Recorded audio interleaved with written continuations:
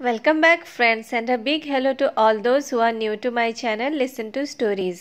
पिछले वीडियो में हमने जाना था जयदेव और पराशर दोनों के पिता की मृत्यु हो गई और साहूकार ने ऋण चुकाने के लिए जयदेव से उनकी ज़मीन ले ली।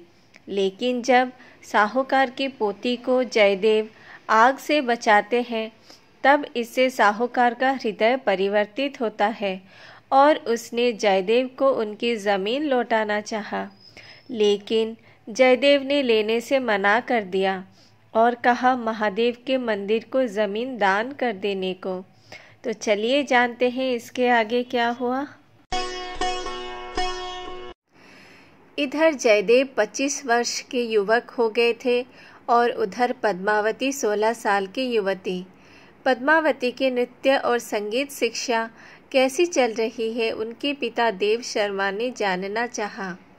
उनके नृत्य गुरु ने कहा अंग शुद्धि और मुद्रा शुद्धि में और थोड़ा समय लगेगा। उनके संगीत गुरु ने कहा संगीत में पद्मावती निपुण हो चुकी है। इधर जयदेव की खाने पीने की व्यवस्था पराशर ने अपने सर ले लिया था। पराशर की भी रोहिणी नामक स्त्री से शादी हो गई थी। रोहिणी भी अपने पति को सहायता करती थी। जयदेव अपने हृदय का मंथन करके अपनी संगीत को शब्द देने की कोशिश करते। शब्द न मिलने पर विचलित हो जाते। एक दिन ऐसे ही विचलित होकर जयदेव घर में जितने पुराण पोथी थे उनमें से ब्रह्म वैवर्त पुराण निकालकर पढ़ने लगे। पढ़ते पढ़ते उनका ध्यान राधा चरित्र पर गया। श्री राधा के कृष्ण प्रेम समर्पण उनके आत्मा तक छू गया। श्री राधा कौन थी ये जानने के लिए उनका मन तत्पर हो उठा। अगले दिन जयदेव पुरुषोत्तम क्षेत्र के लिए निकल पड़े। पराशर के लिए एक पत्र छोड़ गए जिसमें लिखा था पराशर, मैं मेरे अस्थिर मन को शांत करने के लिए निकल पड़ा हूँ। मुझे जब मेरे प्रश्नों का उत्तर मिल जाए, मेरे संगीत को शब्द मिल जाए, मैं तुम्हें अपने पास बुलाऊंगा। तब तक तुम मेरा इंतज़ार करना। जयदेव जगन्नाथ धाम पहुंचने के बाद जगन्नाथ, बलभद्र और सुभद्रा के दर्शन किए।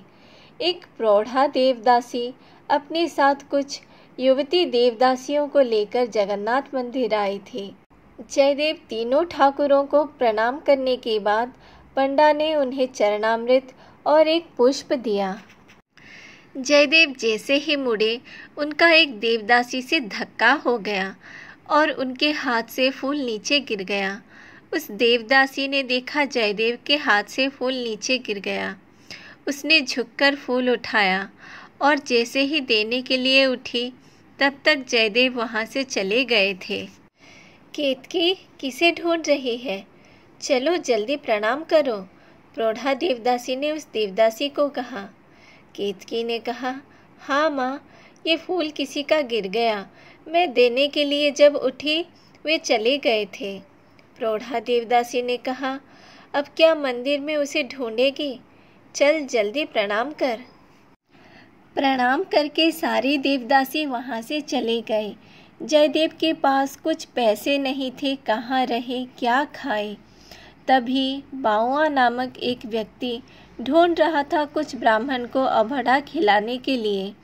एक धनिक व्यक्ति बिसी साधव व्यापार करके लौटा था और दान पुण्य के लिए कुछ ब्राह्मण भोजन कराना चाहता था, इसीलिए उसने ये दायित्व बाउआ को दिया था।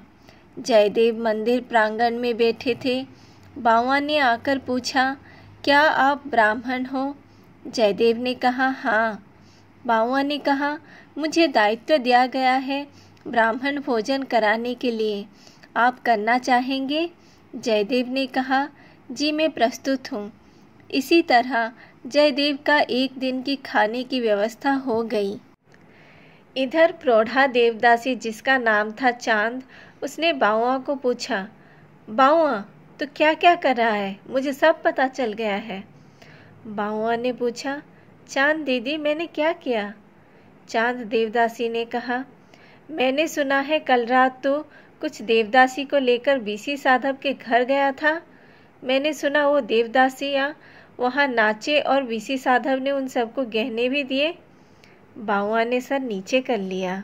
चांद देवदासी ने कहा, हम दक्षिण के सानी संप्रदाय के देवदासियाँ हैं। हमें महाराज चोड़गंग देव ने दक्षिण से यहाँ लाए थे।